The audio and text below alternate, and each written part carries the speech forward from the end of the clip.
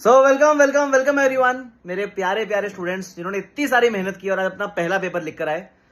मैं यहाँ paper discuss नहीं करने वाला, मैं आपको पहले बता देता हूँ, ठीक है। I am just going to give you a small review कि पेपर कैसा था, क्योंकि मुझे पता है आपको मैं कितना भी बोलूँ आप जाके कहीं ना कहीं ढूंढोगे पेपर रिव्यू के बारे में।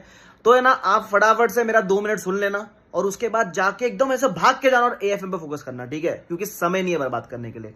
सबसे पहली बात सर, पेपर कैसा था।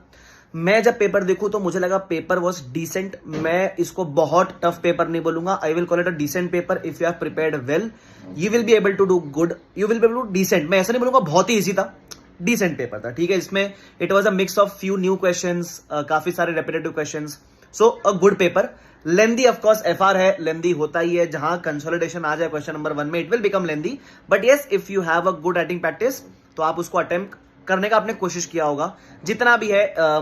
कोशिश आपने अगर किया और अगर आपने 90 प्लस के ऊपर अटेम्प्ट किया है, you have done a great job. अगर आपने पूरा अटेम्प्ट किया है तो मजा आ गया। पेपर में ये नहीं कह रहा हूं कि आपको 100 में 100 स्कोर करना है, जितना आपने किया डिसेंट किया। सो व्हाट अबाउट एमसीक्यूज, मैंने एमसीक्यूज नहीं देखे, बट जितनी मेरे 1-2 बच्चों से बात हुई उन्होंने कहा सर एमसीक्यूज मीडियम लेवल के थे, अगर कंसेप्ट क्लैरिटी है तो आपसे एमसीक्यूज बन पाएंगे, बट ऑफकोर्स बाकी तो रिजल्ट के समय मालूम पड़ेगा। अब काफी बच्चों की मुझे रिक्वेस्ट आई है, सर एमसीक्यूज के ना जल्दी से आंसर शेयर कर दो। भाई टाइम है क्या तुम्हारे पास वेस्ट करने को? तुम्हारा 1.5 दिन बाद एएफएम है, एफआर का तुम कितना भी डिस्कशन कर लो, you can't change it because what is gone, ठीक है। मैं वो तुम्हारे जो अंदर वो हल्की हल्की जो अपने खुजली होती है ना कि सर हल्का देख ही लेते हैं एफआर में क्या था, कुछ नहीं था, हो गया जो बताना था एफआर के अंदर मैंने आपको बता दिया। अब आपका सिर्फ एक ही कर्तव्य है, एफआर के बारे में 1 मिनट भी ना सोचते हुए एएफएम पे जंप मार लेना। अगर बहुत टायर्ड फील कर रहे हो 1-1.5 घंटे का ब्रेक लो, एएफएम पे जंप मारो। अगर फ्रेश हो 15 मिनट का फटाफट से कुछ खा लो पी लो, फ्रेशन अप हो जाओ और फटाफट से जाके आप फोकस करोगे एएफएम के ऊपर, ठीक है। जान लगा देना एएफएम में। अगर आपका एफआर का पेपर अच्छा गया है, कैरी दैट कॉन्फिडेंस और एएफएम ऑडिट में रेप्लिकेट करो। सोचो मत कि सर ये इजी आया तो वो डिफिकल्ट आएगा, क्या कैसे। भाई हमारे हाथ में नहीं है, ठीक है। आपके हाथ में अपने कर्तव्य करना है, पढ़ाई करना है, वो आपको करना है, ठीक है। उसके अलावा एक गाइडेंस मैं आपको दूंगा, अगर आपका पेपर सपोज टफ भी गया, काफी लोग को लगता है कि सर पेपर कैसा भी हो हमारा हल्का टफ गया, कोई बात नहीं। योर मोटिवेशन शुड बी कि जो मेरा यहां गैप छूट गया ना वो मैं कवर करूंगा एएफएम ऑडिट के अंदर, ठीक है। तो वो मोटिवेशन दोनों तरफ होना चाहिए। आपका अच्छा गया है तो यार हमको ज्यादा स्कोर करना है, एएफएम के अंदर ऑडिट के अंदर और अच्छा स्कोर करना है। अगर डिसेंट गया, टफ गया है तो फिर यार हमको वहां स्कोर करना ही है। अभी भी बहुत समय है आपके पास अच्छा परफॉर्म करने के लिए इन दीज 2 पेपर्स। उसके अलावा काफी बच्चे बोलेंगे सर एएफएम में स्टार्ट कहां से करें, तो जो भी आपने फैकल्टी को फॉलो किया है, उन्होंने कोई प्लानर शेयर किया था वो प्लानर फॉलो कर लो। अगर आपका कोई प्लानर है वो फॉलो कर लो, बट मैं आपको कहूंगा कोशिश करना एक अच्छा चंक कंप्लीट कर लो आज के दिन पे। अगर माइंड टायर्ड है तो टेक अप स्मॉल टॉपिक्स, उड़ा दो। अगर आप फ्रेश हो तो मुझे लगता है valuation of bonds, valuation of securities, mutual funds, ये 2-3 टॉपिक लेके कोशिश करना कंप्लीट करने का, ताकि कल लोड कम आए।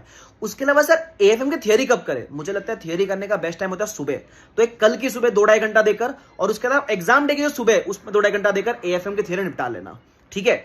तो आप बहुत मेहनत करनी है अभी आपको, एफआर के ऊपर समय वेस्ट करने के लिए हमारे पास नहीं है। Please don't get involve in those discussion की इसका मेरा ए था, तेरा क्या था, तूने फेयर वैल्यू क्या लिया, मैंने फेयर वैल्यू क्या लिया। It is just hampering your AFM, please don't do that, just a request, ठीक है। उसके अलावा हर बार बोलूंगा, बार बार बोलूंगा, तुमको बोल के पका दूंगा कि अभी जितने पेपर बाकी है 100 मार्क का अटेम्प्ट करना है, मतलब करना है, you have to do it.